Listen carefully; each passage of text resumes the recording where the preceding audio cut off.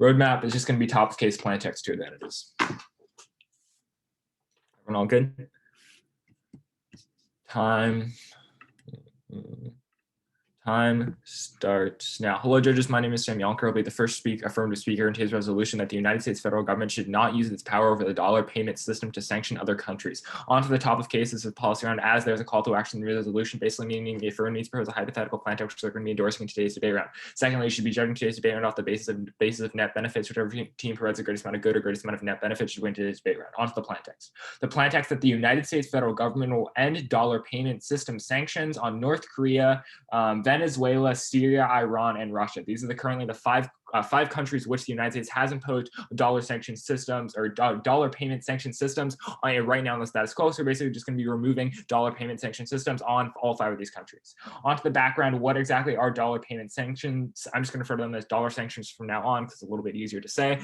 Basically, dollar sanctions, basically what happens when the United States imposes or blocks any desired country from actually purchasing, trading, or selling any good that is pegged to the United States dollars. This means like any good, any kind of bond, any kind of like actual material good which has the MSRP in the United States dollar. The United States will basically tell you literally cannot purchase, buy, trade anything that has related or any kind of good that's related to the United States dollar.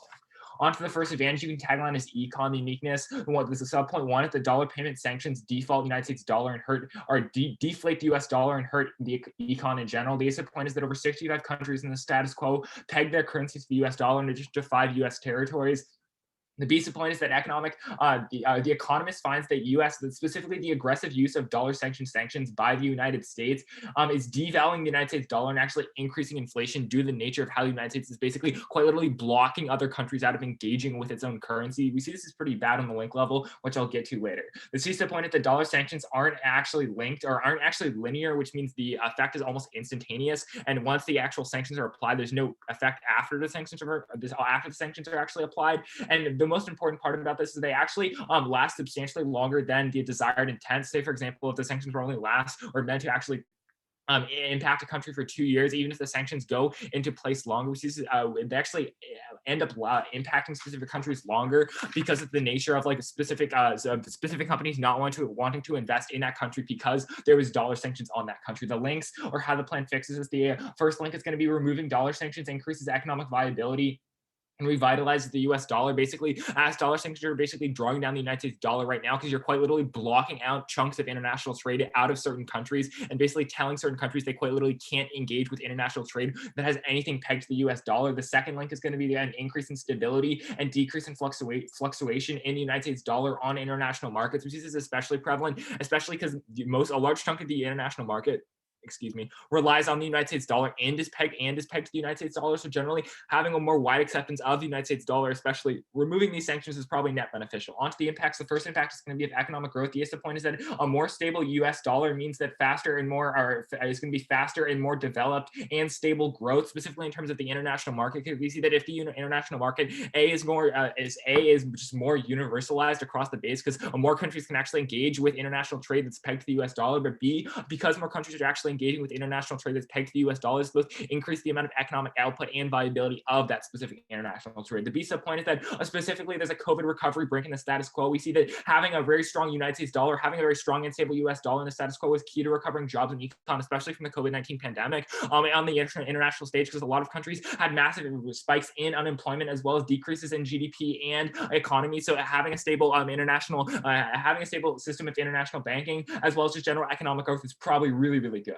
The second impact is going to be the economic longevity. Data point is that it's generally going to be increasing the economic longevity of countries that are pegged to the US dollar, because the United States dollar is basically going to be increasing due to this removal of dollar sanctions. Is probably going to be significantly benefiting countries who have their own currency pegged to the US dollar, specifically least developing countries who are like actively trying to improve their economies as a result of as a result of the pandemic. The second advantage is going to be tagline as dehumanization, specifically Iran uniqueness. Iran is being especially hit hard by United States dollar sanctions and the status quo. The point is that according to Human Rights Watch, United States economic sanctions are directly blocking life-saving medicine and hospital resources from entering the country. We see this is specifically in place because because the previous sanctions imposed by Donald Trump and Mike Pompeo were specifically aimed at blocking pretty much anything from entering the country, including any kind of economic or actual medical or medicine or hospital supplies which are going to be entering the country under the threat of like economic sanctions, because big banks are refusing to actually support the companies who are giving medical supplies to Iran under threat of United States sanctions back. The BC point is that U.S. sanctions on Iran are single-handedly responsible for a 30% inflation spike in the Iranian currency. Imagine if the Iranian currency spiked 30% in terms of inflation solely. This is exactly what's happening. The Iranian currency spiked 30% solely because of the United States economic sanctions, specifically in terms of dollar sanctions, which is basically blocking out the Iranian economy from accessing the international trade. The CISA point is that NGOs are basically hit a disaster. Or the NGOs are the CISA point is NGOs, over 46 life-saving NGOs have been blocked by United States economic sanctions, specifically United States dollar sanctions imposed by the U.S. government. The ISA point is that NGOs these specific NGOs were providing medicine and like infrastructure. Like these were like NGOs which were trying to like build wells and like roads in parts of Iran to increase the general economic output, as well as quite literally just give life-saving materials and like supplies to Iranian civilians. The links. So the first link is going to be the plan allows for medical aid and the plan is going to allow for medical aid to flow back into Iran. We see that as soon as these economic sanctions are over, we see that medical suppliers and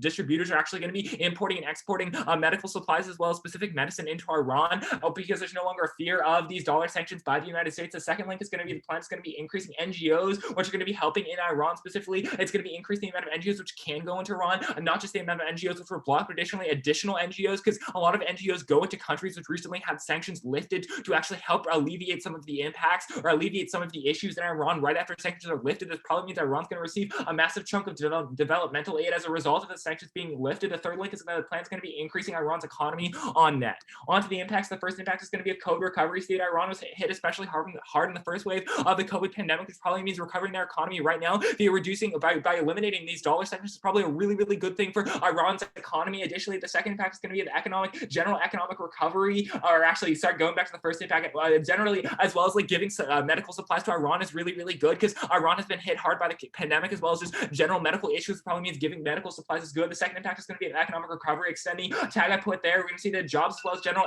economic stability in Iran is probably really, really good for Iran right now. Vote F. Okay. The order of my speech is going to be negation, one off, pretty long. The F, case in order, from top of case to the two advantages in the way that the affirmation read it. Sorry, I just organized my papers. What's the order again? Yeah, so the order is going to be neg, one law sheet, and then F, case in order, from top of case to the two advantages in the order that you read them. Yeah. Also, like, if I have mic issues, which is probably likely, please feel free to interrupt me so I can just like repeat myself. Okay. Is anyone text in the chat, of course. Oh yeah, for sure. Is anyone not ready? No? Okay. With that, I'll start my time now. A is the interpretation. Evaluate the debate in terms of competing political methodologies. The role of the ballot is to vote for the team with the best method of resolving the material impacts of capitalism. My partner will send text in chat. 130, first, totalizing theory is most productive. Confronting capitalism generates the societal rupture necessary to understand other forms of oppression. Thomas Sankara used Marxism to reject white colonial rule in Burkina Faso, improving environmental integrity, gender equality, education, and public health in just 4 years, which means he solved for policy. Little a is historical analysis. Only by looking at history through a materialist lens can we express how labor exploitation works. Historical materialism is good because we can understand how capitalism shapes other forms of oppression. The only way of solving it is through historical materialism, which makes it mutually exclusive. 2 is state focus is bad. Focus on state action ignores structural conservatism and negates democratic politics. Research from Princeton and Northwestern show that popular demands on the state never affect policy. 3 is standpoint theory. Policy first framing prioritizes dominant discourse. fMRI studies show how people raised in poverty perceive risk differently due to early experiences of scarcity, meaning bourgeois perspectives fail. We should prioritize marginalized perspectives to check back flawed knowledge production. Any link to the K implicates truth claims of the AF because it means the AF prioritizing the bourgeois perspective. This demonstrates their flawed epistemology. 4 is debate is key. Debate is a critical site of resistance. The academy is a training ground for future policymakers, and intellectual norms control perceptions of legitimacy. The liberal consensus told us democracy promotion would work in Iraq, and we would be welcome as liberators, but that's false. That's the links. First on reformism, subpoint A, reformism is the idea of making capitalism slightly better. Capitalism is built on exploitation, and reform directly feeds into the persistence of capitalism. Bourgeois solutions will always dismiss the central role capitalism plays in current labor relations and conditions. Reformism will only lead to oppression and other worse mechanisms. Reforming capitalism will not solve the oppression caused by it, as it is a root cause for poverty. 2 is on global trade. Subpoint A, the plan uses free trade as a means to spread corporate sovereignty. The U.S., like U.S. FTAs with South Korea and Panama, being able to supersede domestic environmental regulations, prioritizing the sovereignty of corporations over the well-being of the impoverished. The next subpoint is that the plan relaxes trade restrictions as a means to maximize global trade, giving power to corporations to become supranational powers, with corporate power like Monsanto becoming the new sovereign using international copyright law to impoverish and steal land on farmers in India. The next link is misreading politics. The 1AC misidentifies the worst effect of racism as the lack of voting rights. By refusing to view capitalism's role, we allow the system to recreate these issues, like not how seeing the 1AC is relying on producing a false consciousness. Their warrants and descriptions of the world are capitalists' attempt to shape our ideology and make us unaware of the material reality of events, which is how capitalists construct the homeless as lazy instead of victims.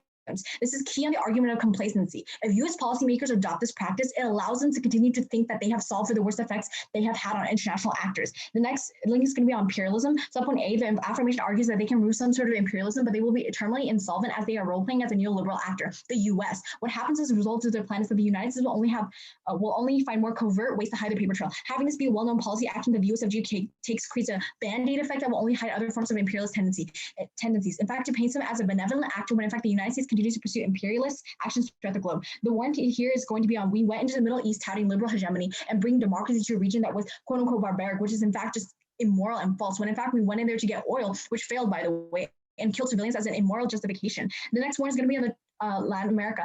Economic imperialism remains in the 1980s and 1990s. International organizations like the IMF providing money or loans in order to push Latin American countries to enact certain policies. The next one is going to be on NGOs, which the affirmation mentions is another way to spread capitalist ideologies. NGOs to become a mediator between the government and the people, thus suppressing people's anger to convert the potential uncontrollable dissent to a calm, peaceful, legal, controlled, institutionalized, and completely harmless discontent. Thus the impacts. First, on expansion, capitalism ensures each state or corporation will seek expansion regardless of external impacts to isolate 2 effects of capitalism expansion. The subpoint A is going to be resource wars. Capitalism generates massive war fighting because multiple powers compete over resources. This led to conflicts like the UK fighting over a war on the Falklands after oil deposits were discovered. Because capitalism requires continuous expansion, it justifies unending war, which can lead to nuclear war, thus extinction. The next point is going to be environmental collapse. Profit motivation hides environmental harms in favor of financial gains. Oil companies knew climate change for over 30 years, but continue profiting after the burning of fossil fuels and spread misinformation about warming. An overconsumption mindset based on capitalism thus allows runaway warming to happen, which means that it causes extinction in the long run. The second impact is going to be on oppression. Subpoint A, root cause. Capitalism generates material inequalities that intensify all forms of oppression, pushing marginalized populations into lethal poverty, depriving them of resources necessary to combat their oppressors. Capitalism is the root cause of international poverty because the U.S. operates under a racial capitalistic framework because racial capitalism is dependent on slavery, violence, imperialism, and genocide. Treat the cause, not the symptom. B subpoint is going to be dehumanization. Maximizing profits widens the gap between the price of the product and a worker's wage, pushing the worker into a cycle of alienation where they're exploited for the value of their labor, alienating them from the work they produce. Capitalism reduces labor to a commodity to be sold on the market. This alienates the worker from themselves. With private property, access to life is based on the resources you have. Life itself is not valued. The bourgeois views the proletariat and a factory line as a number, not a human life. Subpoint C, a mass death. Capitalism chooses who lives and who dies.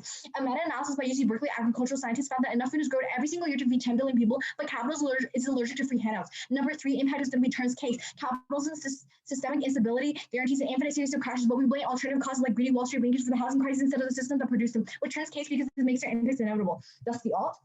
Vote negative to endorse a revolution of the proletariat seizing the means of production. Partner with on text and chat.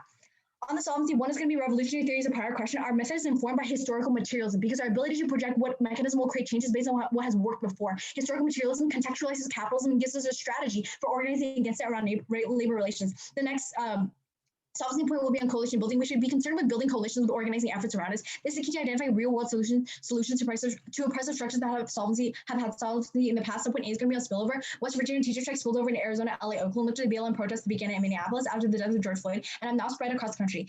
The next subpoint is going to be on inclusivity. Resistance to capitalism does not prevent ideological multiplicity as you fight for the proletariat, because if you're not, you're reproducing false conscious structural focus is critical. Even if you can be anarchists and Leninists, we don't care as long as you're fighting for them. Third is going to going to be a class question. This is key.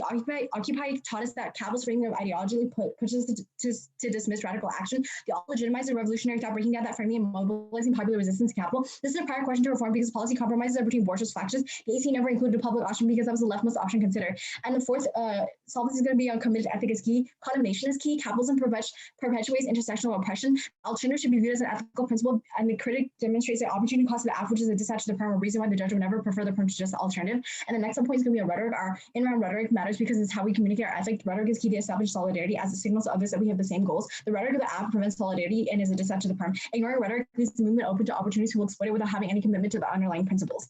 Onto the app case. First of all, in the weighing mechanism, you should prefer our role of the ballot because right now, right here, you're going to be seeing that like we are going to be like basically fiating like the revolution of the like proletariat, but even going to the first advantage on their point about devaluing and inflating the US dollar on their 1B subpoint. This is a Eurocentric view on the US dollar. Their prioritization of the US dollar and the economy is exactly what shows you how their epistemic skew has affected how they have framed the round. They do not want to remove sanctions because they want to end imperialism. They would rather have a more stable form of capitalism. This inherently reentrenches the idea of capitalism. But onto the link scenario where they, on their 2A point, the affirmation says they want a more stable US dollar and have more legitimacy. This is due to the fact that they want to continue to spread US hegemony, but not directly through sanctions. On their impact level, they talk about more countries engage, more economic input. You should look to our international trade link because it basically is bite into our K, and so it cross applies here. But onto their like, second advantage, they talk about dehumanization on Iran. On the overview, the affirmation creates this myth that they will be helping Iran when you should be looking to current US policies. This is a hard linkage to imperialism and how they create complacency. The US has only increased militarization in the Persian Gulf and have increased war in the region. If you want to look for how we can prevent deaths in the region, maybe we should take a look at the United States. When they go on to their link scenario on the NGOs, look to the non-governmental organization sector, principally because the general public considers this quote unquote third sector as a tool for democratization of society, and even worse, as an alternative to the struggle against centralized authority, oppression, poverty, and all other collective misfortunes of the people. So as this is yet another great deception of capitalism that serves to keep the illusion of choice and freedom alive. And thus I urge a strong vote for the negation. Thank you. Are you guys fielding your methodology? Sorry, I asked a question during. I can answer that, sure. So essentially, like, how we address fiat is that the alt does not fiat the revolution, but it endorses the methodology of historical materialism and thus makes way for the revolution. Yeah, so we're basically just sort of like fiating, like using historical materialism as a way to like view the way that we think about like revolutionary theory and how that helps the proletariat like have a revolution. Right, yeah, okay, and what's your status? Pardon? What's your status? Condo, uncondo, dispo? Oh, it's unconditional. Cool. Okay, order is gonna be 1-0 off at the top.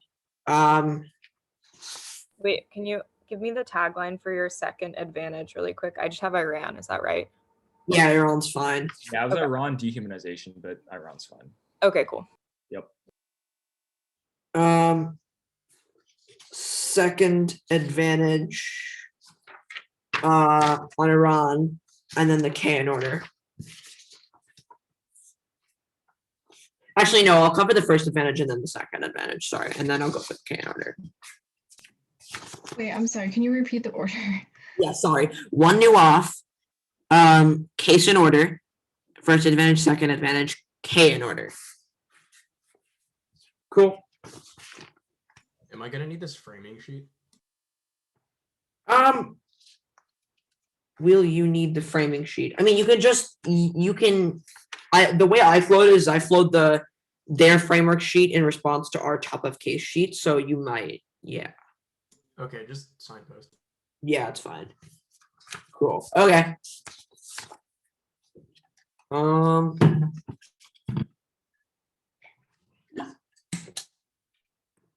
You can start my 8 minutes Now, A's interpretation, the negative must only endorse the status quo or a post-fiat policy option. The negative must only endorse the status quo or a post-fiat policy option. B is the violation. They run a critique alternative about revolution of the proletariat, which isn't a policy option. C is the standards. One is reciprocal limits. There are an infinite number of tails which they can run, while we're bound to a single affirmative. Reciprocal limits are key to fairness because they ensure that the aff and neg have to do equal work to earn the ballot. 2 is Kano. Their vague all means they could shift out of any offense. That's bad because they can no-link all of our offense. In the context of the K, it just means that they can say we don't mean that when we put any offense on the critique. 3 is prep skew. The neg is an unlimited amount of time to prepare for the K, while the MG is the 8-minute LC to prep responses. Their generic link proves they can link to any topical affirmative, which means the neg has infinite prep time. The asset point is ground. The lack of prep time means you have to resort to generics and can't truth test the claims of the LOC. That's terminal defense on the critique because we can't actually evaluate if their arguments are true within this space. 4 says that you can meet their interp by running USFG should create a dictatorship of the proletariat or something. That means their K is an offense against our interp because it still allows for their type of critique to be read in a different structure. You can still critique on methods with your lip base. You just need to have a post-fiat policy option. The voters. What is the fairness as a voter? The ASA points that unfair debate means neg will always win. Either app teams will stop showing up or all teams will have even records and no one ever breaks the elim rounds. The BSA points that the fairness skews evaluation. You can extend the 3 ASA point with ground here. The second point is that fairness over education. The ASA points that unfairness hinders the education of debaters. The competitive equity of the activity gives us the ability to have educational discussion. So fairness is necessarily linked to education. 3 is a priori. You have to know the rules of the game before you play it. 4 is drop the debater to deter future abuse by norm setting. 5 is competing interpretations over reasonability because reasonability has no byline and by such intervention. 6 is no RBIs because they deter legitimate theory. On the procedural versus structural fairness debate, what is the understanding procedural fairness as a prerequisite to understanding structural fairness? If the round is procedurally fair, we don't know how to evaluate arguments about structural fairness in the first place because those arguments weren't made fairly. 4 is that it's a 2 is that it's a meta-consistent constraint on every other impact. You have no jurisdiction to evaluate a debate which is already skewed. 3 is that procedural fairness highlights structural fairness. Disparities are more clearly seen and accurately predicted in rounds that are procedurally fair. 4 is that procedural fairness outweighs on strength of link. One round can't obviously solve all oppression, but one round can solve for the education and fairness of this specific debate. But first, strength of link is a meta-weighing question for the probability because it's the most verifiable and objective thing in the round. Probability outweighs because even if the impact is big, if it doesn't happen, it doesn't matter. On case. First of all, you can extend pretty much the entirety of the first advantage. They tell you that it's going to be a cover for spreading US hegemony, but they don't actually provide you any points for that. We tell you that we're pulling the US dollar away. We're pulling restrictions on the US dollar away, which means that we're pulling US government's influence away, right? So we tell you that US economic influence is probably better than US government influence, given that the United States literally uses government influence to go and invade the Middle East, which is what they're talking to you about, right? The warning is that the United States denied a last-minute effort by the Hussein regime to try and stop the Iraq war in exchange for oil deals. That probably tells you that US government hegemony is probably much, much worse. So we're decreasing hegemony and thus capitalist influence in the long run. You can extend the impacts about economic growth. We tell you that that's probably good because we actually have praxis. I'll get to that on the link layer, but you can still extend it. On the second advantage, you can extend the medical aid warrant, Judge. They try to respond to NGOs on the link level by just extending stuff, but we'll respond to that later. They tell you, and same thing with imperialism, you can just extend the NGO link for now, as well as the COVID recovery link. We probably tell you that regardless of whether or not we're perpetuating capitalism, now is probably key for the COVID recovery. On the K framework first. The counter rule of the ballot is to weigh the all-inclusive impacts of the affirmative versus the negative. The counter rule of the ballot is to weigh the all-inclusive impacts of the affirmative versus the negative. The rule of the ballot turns.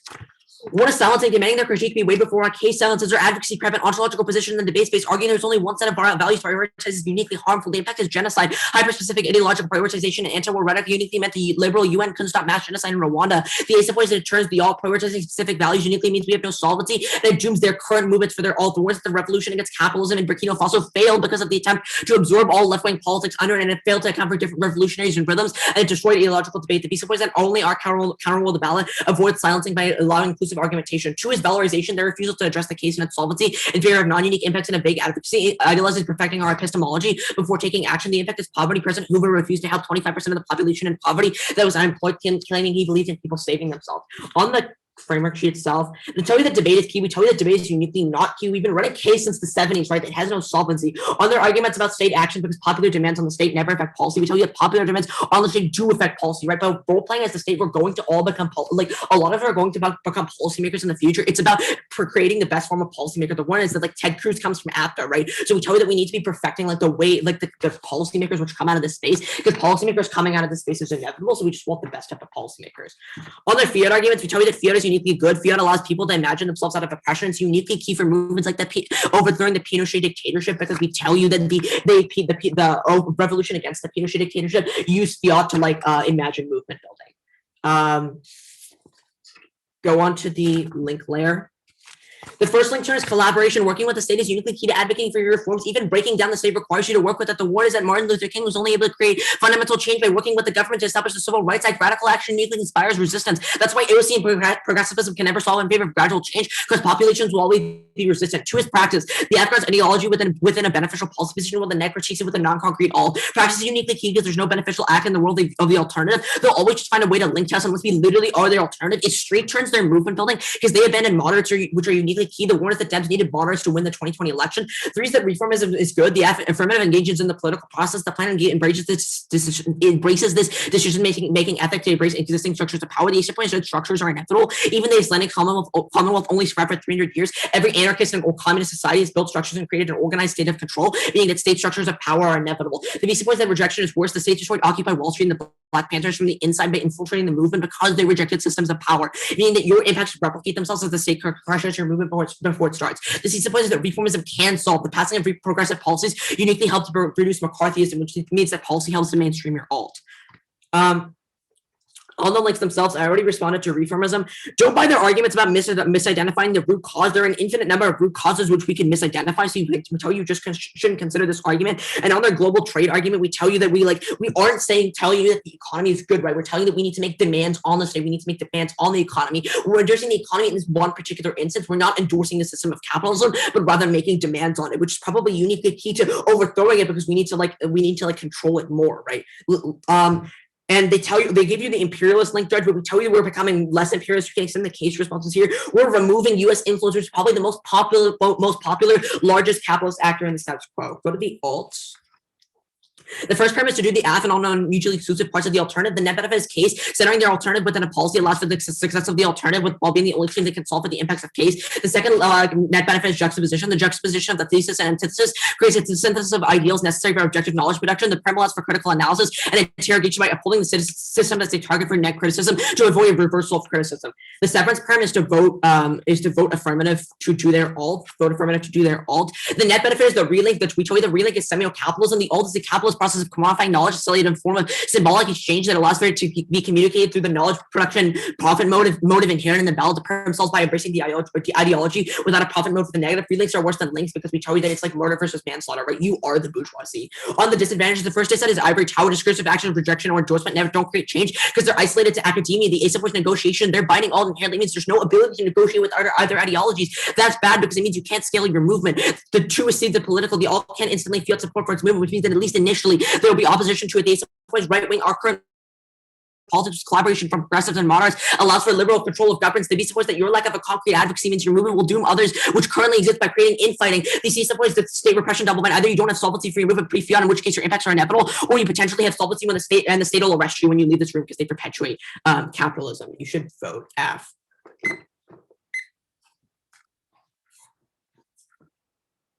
Okay, the order is going to be the affirmations theory first, then case straight down, the affirmations case straight down. Then on the K, I'm not going to be going in order, so I'll say it a little slower. For my order, it's going to be framework, links, alt, then the perm, then the impacts. Okay, does that make sense to everyone? Yeah, sorry, could you give the top bit of the overview again? I was just shuffling. For sure.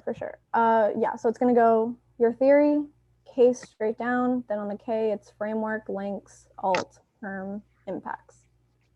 Okay.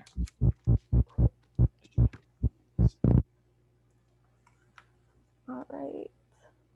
With that, I will begin my time.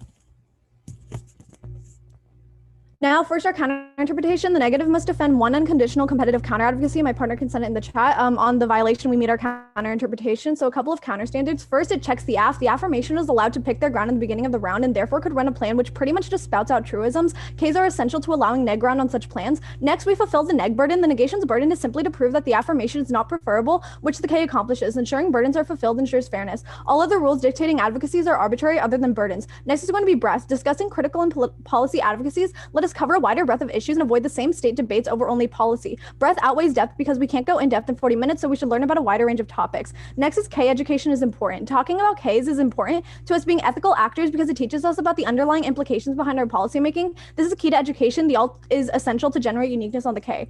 Okay, onto their standards. So first on limits, K-alts are limited by the perm. The only K-alts we can run are those that the affirmation specifically links into. In turn, sets limits on political thought that restricts our ability to effectively engage in politics. Limits creates tunnel vision that ensures violence like Israel believing genocide and first strikes are the only effective response instead of cooperation efforts, making debate and policymaking unethical. Next on condo, we're unconditional, so this isn't even applicable. So like we don't like shift out of any offense. Next on prep skew, this is non-unique. You could have had prepped VAC files for this case. Also, there's no way to determine how much time was put into prep, whether or not you had lots of coaches or private coaching behind the scenes or you pre-prep theory arguments. Next on ground, case can only specifically criticize something the affirmation does, says, or implies. Therefore, we only get to defend truisms if the affirmation is on the other side, i.e. we can only defend that racism is bad if the affirmation is racist. The aff has to do something capitalist for us to criticize them and win on capitalism is bad. Next, we tell you that this would bite, like on the fifth standard, this would bite into our own K on how the plan, which is re-entrench reformism because we're re-entrenching underneath cap. On the voters, one, you should be valuing education because education is the only reason we came here. It's the only tangible thing that we can even get from this debate. Also on their point about fairness, if the priority of debate was always going to be fair, from their definition of what fair is, it restricts education because no one will ever run Ks or creative strategies because Ks are sometimes the only way for people to voice themselves and represent themselves. Next, this tournament literally has flow judges where Ks are encouraged and people still broke. This just isn't true that like all like AF teams will like never break or whatever. Next on education, it leads to fairness because debate is an education activity for why we're here. RK literally cross applies here on our framework on number 4. It literally negates your analysis here. Also, just because a debate can be made fair doesn't mean it's going to be educational. If this is just a game for you, you're going to win everything in your power to win, not everything in your power to learn. RK was not run because we want to win, but because my partner and I are actually we actually care about the advocacy. This argument should not be a priori because we're still able to make responses to the K. So the theory was just run for offense. But next, drop the debater. Drop the debater incentivizes reading frivolous theory since it's a win condition. Drop the argument allows us to preserve the substantive layer of the debate instead of forcing a theory debate. Okay, onto the affirmations case really quick. They make basically no responses to what we're actually saying here in terms of the substance. We tell you that they have a Eurocentric view on the US dollar. They try and tell you that this is actually like going to pull US influence away, but literally look to what they say in the first speech. They talk about the fact that like removing dollar sanctions is going to increase economic stability within the United States. They also tell you that it will like increase the legitimacy of the US dollar. This is only going to increase US hegemony, so they make a really key contradiction here. So you actually make countries rely on the United States currency even more. We also want to extend the like response about the fact that like them wanting to think that we need to engage in global trade and like all these countries need to develop like corporations and things like that is probably going to be really bad because it like then again is increasing US hegemony and saying like the only viable way for you to survive as like a state or like a country or whatever is to like adapt to a liberal hegemony. Next, like look to our international trade link. They don't like respond to this clearly enough. This is going to be a really clear link into the criticism. But next on their longevity claims on the third impact. Again, this is a prioritization of economic output, which is a hard link into the criticism. This reinforces the idea that other countries need to adapt to democracy or capitalism to be seen as legitimate, which is fueled by neoliberal ideology. The underview here is that the affirmation is terminally insolvent because of the fact that they operate under capitalism and overtly tell you that they want to make sure their economic system is stabilized. Next on their second advantage about Iran. The overview here again is that the affirmation creates this myth that they will be helping Iran. They don't address the fact that the United States has only increased militarization in the Persian Gulf, have increased war in the region. So if you want to look for how we can actually prevent deaths, it should probably be by taking out the hegemon. But next on like providing medicine and infrastructure. When the affirmation says infrastructure, that means they want neoliberal democracy and capitalism. And like on the links about like NGOs, again, they don't really contest the NGOs nearly enough when we tell you about the fact that NGOs are simply a tool for the democratization of society and even worse as an alternative to the struggle against centralized authority, oppression, and poverty. So on like, you can't buy any of their impacts because they're always going to be insolvent under capitalism. Okay, but onto the, okay. Extend the 1 and 2 arguments. The theory into which we are operating has a demonstrative ability to produce real changes in policy within a short time frame. The revolutionary state of Burkina Faso was able to reverse many of the effects of capitalism and imperialism within 5 years. Also extend no state focus. We have a warrant that says the United States does not exist as a democracy and people don't have substantial impact on the government. So there's terminal defense against the idea of policy reform because as long as we are operating within state structures, we will always be subject to the constraints that make it inevitable for capitalists to control the system. Also extend standpoint theory. Even if you engage with the idea that reformism good, which is an argument that the affirmation makes. It would be between the bourgeoisie, so it will never be productive for the working class. But on the specific arguments they make, by our role of the ballot, we specifically tell you in the framework how there's an epistemic skew when we are working under reformism and liberal hegemony. This is why policymaking is bad. But even if you want to weigh all-inclusive impacts, we still win here because we have extinction level impacts. On silence is their advocacy. We don't. Like, they tell you that the liberal hegemony couldn't stop genocide. We are literally criticizing the liberal hegemony. On valorization, your valorization of the U.S.'s Eurocentric views is the most harmful here. Turn this against them. And we don't valorize one method over like the other. Look to our alt, where we said we don't care if you're Leninist or anarchist as long as you help the proletariat. They also say that like we're basically not taking any praxis. Look to our alt solvency, where we specifically tell you that like action is fueled by revolutionary theory. We are here saying that like we need to engage in praxis through revolutionary theory. That's why we bring up mutual aid and dual power organizations. Fiat good already extend like my responses on it that I make about how policymaking is bad because it's like controlled by liberal hegemony. Also, they say that like we have been running Ks all the time, nothing has changed. The constant threat of neg teams winning on cap is the only thing that drives affirmation teams to consider the implications of their case with regard to capital. Voting neg is key to build and sustain critique within the debate space and expand class consciousness within the frame of the resolution. This creates valuable knowledge, which is the terminal impact to debate. The first step is the battle between capitalists and critics. Building up the amount of anti-capitalism in debate allows for the emergence of specific strains of thought within anti-capitalist debaters, which allows for the discussion of different revolutionary methods and structures. We aren't there yet, but if we keep voting up cap Ks, we'll get there. And now is uniquely key. Even if they win terminal defense or education claims mean their mode of politics is useless, so it's try or die for the disruption of capitalist epistemology.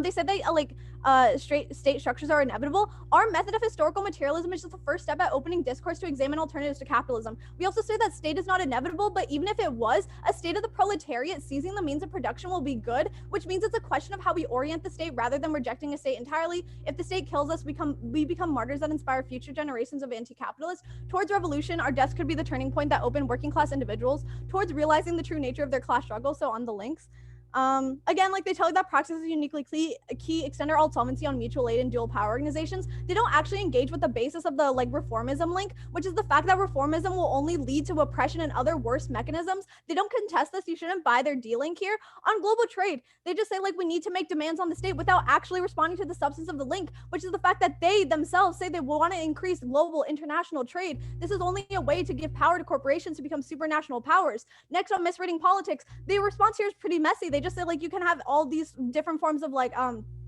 root causes, but they don't actually offer you another one. So you have to be buying our root cause claims that capitalism is going to be the root cause of these forms of oppression.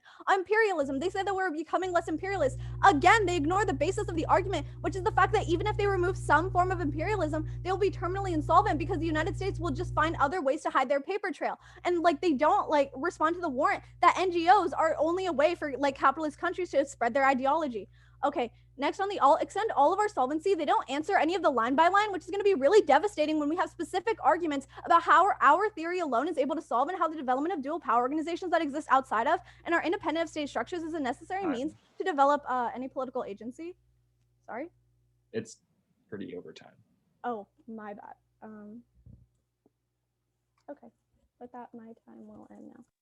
It's all good. I've totally done it before. Don't worry about it. Yeah, it's just making sure. Yeah. Okay. The order of my speech is gonna go on. Oops. It's gonna be the theory on top. I'm gonna cover just for like a little bit. And then I'm gonna go on to the K. So the order of the K is specifically gonna be like on the alts that like in cross applies to the framework. So like sort of like put them next to each other if like somehow they were on separate sheets. And then it's gonna go on to like the link scenario coupled with the impacts right afterwards. Sorry, Yeah. can you sheets in order just so I can. Yeah, sure. So it's gonna be theory. It's gonna be like alt, framework, links, impact. Alt, framework, links, impacts, yeah. And then if I have time, I guess I make some extensions of the case, but I don't think I will. Okay, I'll put it on bottom in case. Yeah, cool. Okay. Is anyone not ready? No? Okay. In that case, oh, sorry, let me find my spot. Okay. In that case, I'm going to start my time now. Honestly, you should be leaning on the voters on the education and also just like on the standards and our like voter issue on the education because of the fact that we talked about this is really important for people to be able to voice themselves, but also be able to talk about underlying implications behind the policy makings of the act, which is like really good because of the fact that like this makes the affirmation question the fact whether or not they're doing something wrong underneath the system, which would also be like another cross application to our K, which I'll explain later on. But this is probably be the most important thing here because this is actual tangible impact that we can get out of this round, where the affirmation is going to have to like prove to you judges that like the fairness like impact is going to be somehow like more tangible in the future, which they haven't really done that through the theory anyways. But even by that argument, like when they try to make arguments of procedural fairness and like fairness in general, you should be thinking about like what my partner says, right? If you go by their definition of fairness, it basically means they restrict education in the future where to the point where no one will actually want to run case, because then that means the affirmation will always have to be like you have set standards in which it limits debaters to even like want to be able to discuss about arguments in which case in real life they don't even have chances to do so in the future. Therefore, you should be buying our like responses on theory argument. And this is why like it's not an a priori issue. It should only be like an issue where we're basically contesting how like they are just running offense when they tried to call foul when they just like weren't able to like come up with responses on their own. Which case they still did some responses on the K, which brings me to the alternative. First of all, like my partner talks about rhetoric. This is actually going to be really key because of the fact that like you should be extending how we said how our rhetoric is key. This is a direct turn to the affirmations case because of the fact that like we literally said in our, I believe in our fourth like committing efficacy on our rhetoric. This is key to like the affirmation basically prevents solidarity, and this sets like everything they're saying, right? Ignoring the like our rhetoric means it leaves the movement open to opportunists who will exploit it without having any commitment to the actual underlying principles. This turns their entire case because of the fact that like we're here to criticize exactly what they're doing wrong here, but them preventing us from having this discussion in the first place means that it's very exclusionary. But even if you don't buy that argument, you should be going into the link scenario, excuse me, the framework scenario. So first of all, on the historical analysis point and the theory first, you should be extending this warrant all the way through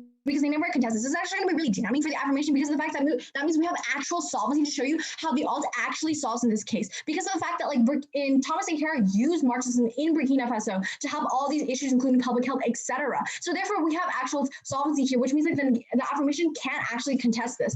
But also, if you don't buy those arguments, right, you should be extending my partner's defenses on the framework anyways, because of the fact that like the constant of neg teams winning on capitalism is the only thing that drives AF teams to consider the implications of the case anyways, which is what I say how it should be cross-applied to theory in the first place, which is why this is like the actual like terminal impact to this actual debate round. But even if you don't buy that argument, let's go into the link scenario. You're going to be extending the link scenario on imperialism because no matter how much the affirmation might talk about like their perm or how like they're solving underneath the system, they still buy into this. They don't even contest the actual warrant that my partner said because they never contested the actual content of the argument. Extend the warrant on the NGO, which my partner said, because basically it's saying that like they're going to convert so quote unquote potential uncontrollable dissent into common peaceful legal control institutionalized and completely harmless discontent. But that's not actually true. And even if you don't buy those warrants, we gave you two other warrants from the Middle East and also from Latin America because of the fact that like other countries are yeah, sorry, this is a couple seconds late, but the anything in relation to the perm is completely new. The word perm wasn't mentioned in the memo. Oh no, I understand that part, but like I basically was trying to argue the point about like rhetoric and like I don't know. Of course, justice discretion. The rhetoric thing might have been shadow extension, but judge's discretion. Yeah, I mean it's I think this is you can continue. Yeah. I'll just like frame it in the lens of theory because I'll just talk about it through K education then. Cool. Yeah. Okay.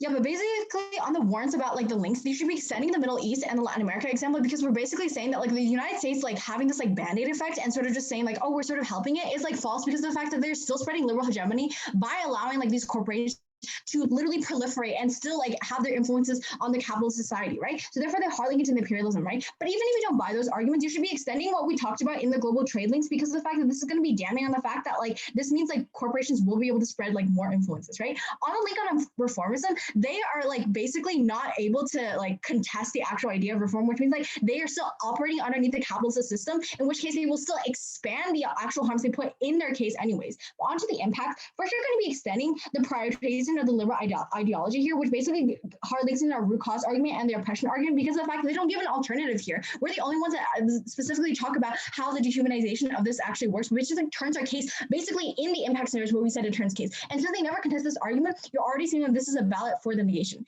Thank you.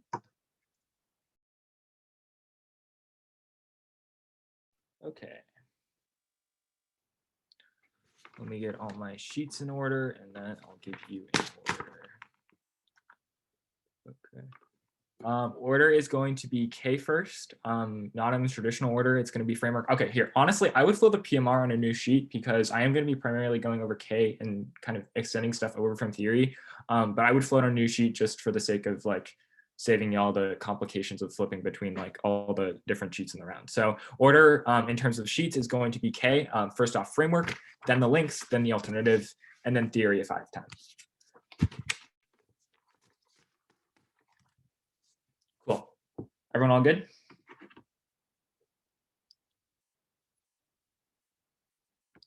Let me pull up the text. Okay. Time starts now. First off, the overview for the critique on the frameworks. We're specifically going to be winning our counter roll the ballot for the silencing turn. We tell you that silencing is a unique reason why you should be preferring our roll the ballot, because our roll the ballot prioritizes both the affirmative and negative impacts without skewing people out of the round, forcing people to interpret your ideology through a specific roll the ballot is probably really harmful and leads and directly relinks into the Burkina Faso warrant, which you're going to be shadow work, you're going to be clean extending here. Sorry, because we uniquely tell you probably turns all their movement building at the point where capitalism failed in Burkina Faso because of this exact silencing movement, which they try to tell you is a good thing under their roll the ballot. We tell you that looking at our roll the ballot is specifically weighing the all-inclusive impacts of the affirmative versus the negative is probably the best way to adjudicate the round, because we tell you it's the least likely to silence. Additionally, it's literally the only roll the ballot the only roll the ballot actually solves the silencing claim. Onto the Ted Cruz argument. You're going to be extending the Ted Cruz argument. The overview for the case, we're going to need to be determining the best way of engaging with real world politics, specifically that Ted Cruz did after. We need to determine the best way of actually engaging in policy and politics. So you're probably going to be looking at this cold conceded Ted Cruz warrant as a reason why you need to be looking at the perm, which I'll get into. Onto the links. One, the overview for the links, they cold concede both the collaboration and reforms of Gid warrant. Onto the collaboration, they straight up cold concede the collaboration warrant, which probably means we have a clean out in terms of actually collaborating with the state, especially in terms of structures inevitable, because we see that structures are inevitable, which means actually determine how we reform the structures is probably the only way to actually engage with the system. The affirmatives pessimistic, the negatives pessimistic view in terms of just critiquing the systems and not actually engaging in reform is exactly what happens through a movement like the Black Panthers, where they're basically infiltrated from the inside and basically collapses all reform, because we tell you the state's inevitable. You're going to be cold onto the reformism. You're going to be cold concede, or you're going to be flowing through this reformism. Good argument, specifically that structures are inevitable. They concede this argument, which probably means you should be looking at the negative advocacy as a reason for why we evaluate structures, because we tell you the structures are always inevitable. Even the Islamic Commonwealth survived over 300 years, and it was literally a commune society. On to the alternative. This is probably where the affirmative is going to be winning the round. They straight up cold concede two separate perms, including a severance perm, and an entire seat of political disadvantage. Just straight off the bat, this is an internal link to the entirety of the K, and a probably reason, and it's probably the easiest way for you to vote in today's flow, considering they quite literally concede the entirety of the perm sheet. On to the exact perm you're going to be extending through the perm. They don't actually respond to it in the block, which probably means the perm is going to be cold conceded, and probably a reason why you should prefer you're going to be saying the juxtaposition warrant, juxtapositioning our policy, our AF policy, and via framing their critique alternative in favor. It probably increases their reliability and increases moderates and actually gets moderates to actually engage with the movement extending 2020 election. Democrats needed moderates to specifically win the election. Additionally, you're going to be extending the severance perm. They completely cold concede the severance perm. The severance perm is going to be vote AF to endorse the negatives methodology, or vote AF to endorse the negatives advocacy. The severance perm is going to be really good. It's going to be good for the relink, because of the semio-cap relink. We tell you that murder is inherently worse than manslaughter, because actively knowing that you're engaging into the systems of capitalism is probably far worse while critiquing the actual systems which you inherently relink into. We're telling you that the severance perm is probably going to be a clean and concise win for the affirmative, because they straight up cold concede the severance perm as a reason why we advocate for their entire advocacy without actually having a profit motive for the ballot, which probably means it's going to be a clean and concise vote for the affirmative on the severance perm, but as well as the normal perm. On to see the political. One, you're going to be clean extending to the political. We tell you the right-wing politicians uniquely are advocating for anti-climate change, or advocating for anti-climate change action, as well as like inherently radicalist action in the status quo, which means the political space exists right now. Extend the Ted Cruz warrant. We tell you we need to actually engage with debaters. We actually need to create debaters to engage with the system, specifically because a lot of debaters are going to become policymakers later in life. I guess we're going to specifically extending the right-wing concrete advocacy warrant, not providing a concrete advocacy of a vague advocacy, and the LO probably moots any offense here, because we tell you they're literally just going to be the political to right-wing extremists and neo-Nazis, which inherently control the system and are just going to collapse the political sphere, which probably is an internal link to the case. We tell you to collapse oppression for every single person in the United States. It's probably far worse than any of the impacts of which the affirmative has. Additionally, you're going to be extending the state inevitable warrants here. We tell you that seeding the political is uniquely bad because if the state's inevitable, this probably means you're just literally completing, you're literally seeding the political to a bunch of right-wing supremacists and an authoritarian state. This probably means this is probably an independent turn to the entirety of the negatives. We tell you they inherently relink to a system which is inevitable, inherently advocate for a system where we're actually not advocating, or we're actually not advocating for ourselves and just seeding the political in favor of just thought experiments. We can't actually true test the affirmative. On to layering. One, you're probably going to be preferring the perms and the severance perm as above or else because they quite literally frame the negatives advocacy. If we can't determine what's actually beneficial about the negative advocacy, we need to look to the severance perm, and specifically we need to look to the severance perm because it uniquely provides a new and better way of solvency. You're going to be extending the severance perm as well as the relink and Samuel cap response. Both of these completely go unresponded today, go unresponded on the alternative sheet, which probably means it's a very, very, very clean and concise vote considering they literally don't touch this at all on the block. I have 6 seconds. Vote F. Cool, good round, everyone. Yeah, good round.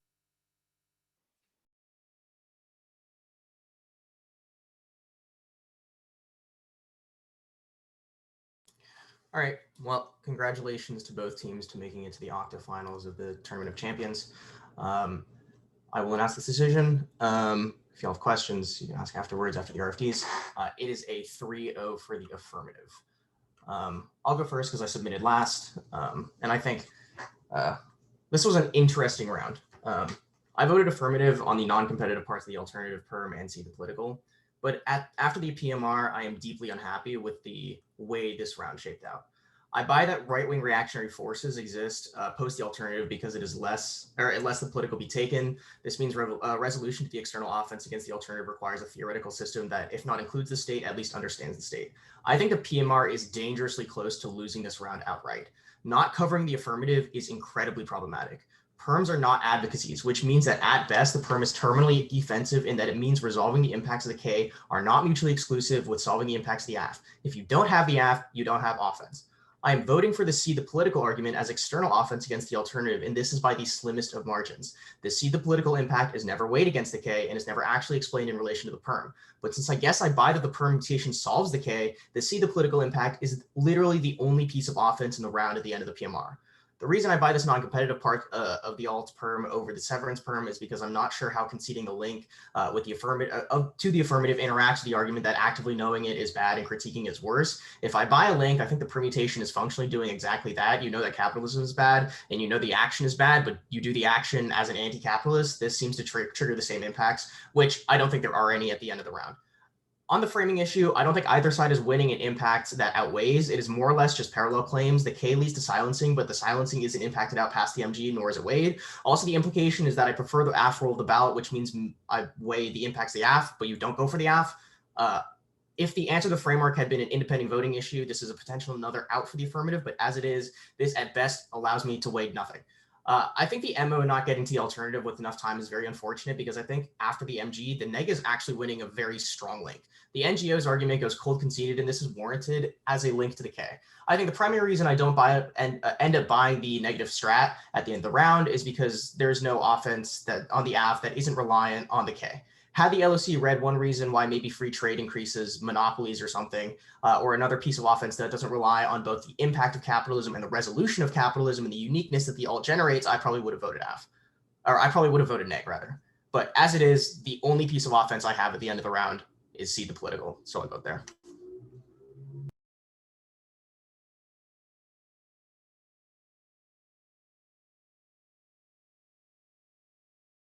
Okay, I can go next unless, okay, cool. All right, so honestly, most of my decision is exactly what Alex just explained very concisely.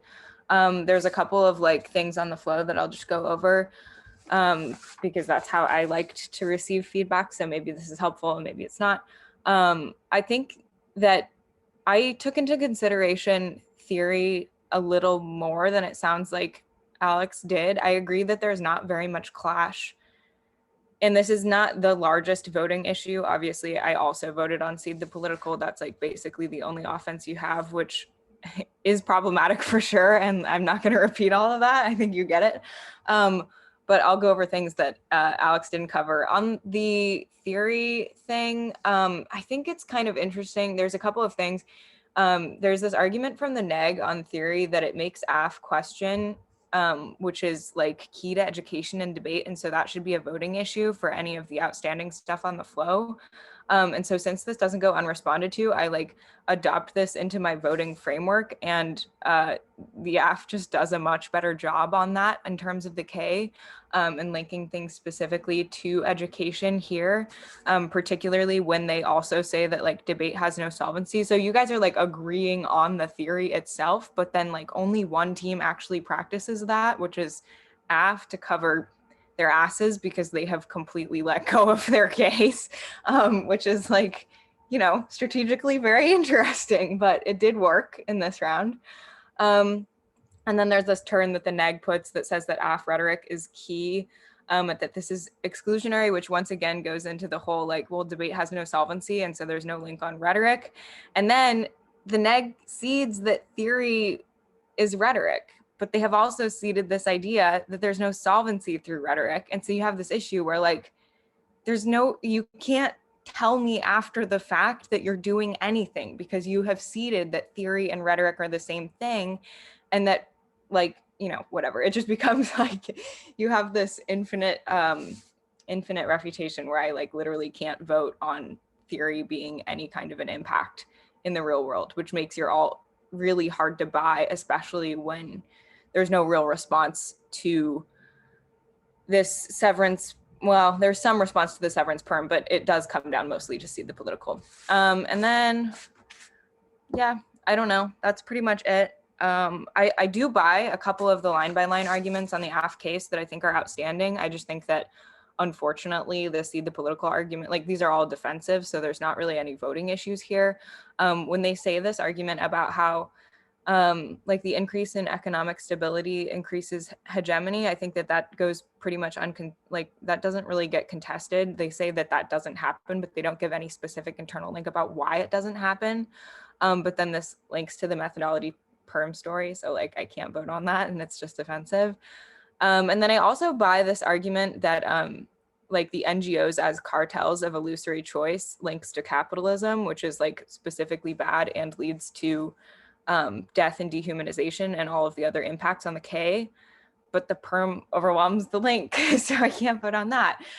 So yeah, I mean, honestly, most of this just comes down to like, there's a couple of messy refutations here. And then, you know, there's this issue about the actor. I don't know if this came up for the other judges, but I certainly considered it. There's a couple good refutations about why the actor is specifically bad and why the United States federal government is specifically bad and NGOs are specifically bad. But then because you guys see the no solvency argument, I can defer to theory on an education vote and say that, well, since the AF displayed that they considered this, they have increased education in the round and met your terms, or the link is overwhelmed by the perm. So any kind of like offense, like if I had more stuff to vote on, and if you guys had collapsed to a couple of offensive pieces, I think that this would have been a flipped ballot, because I think the political is incredibly weak. It's just that at the end of the round, that's the only outstanding thing that I can really vote on, and it has to outweigh all of the rest of this because it's all defensive. So yeah, I thought both teams did a great job. I was like very, you know, this was not the way that I thought I would vote until that last speech by the AF. Yeah, honestly, I feel like there's not much left to say. Alex very succinctly summarized, I think, the round overall. And I'd say I was also like touched on the points that I was going to talk about. So I'll just leave you with that feedback. Does anyone have specific questions or? I just have a question about like the collapse. What would have like made it a flip ballot if we like collapsed the different pieces or something like that? Do you want to? Sure.